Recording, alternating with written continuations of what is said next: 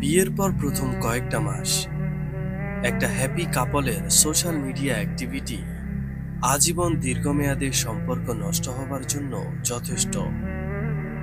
Timeline আর স্টোরিতে সুখী মুহূর্তের ছবি, জোড়া কাপ জোড়া হাত, একসঙ্গে ঘুরে বেড়ানো কিংবা রান্নার প্রশংসা এসবই উঠে আসে সোশ্যাল মিডিয়ায়।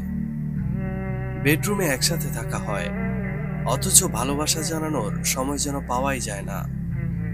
টাইমলাইনে যে কিংবা আইডি ট্যাগ করে আমি তোমাকে ভালোবাসি পোস্ট করা লাগে, কিন্তু এইসব অনেক সময় অন্যের হিংসা ও ঈর্ষার কারণ হয়ে দাঁড়ায়।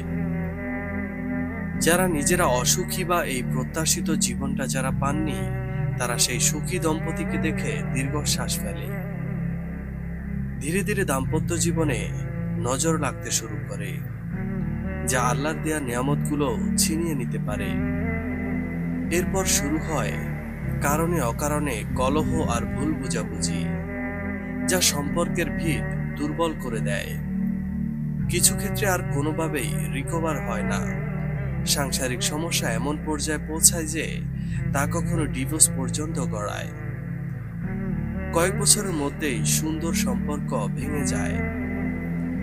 বদনজরের প্রভাব বাস্তব। বদনজর এমন এক বিষয় যা একটি উটকে রান্না করা মাংসে পরিণত করারও ক্ষমতা রাখে।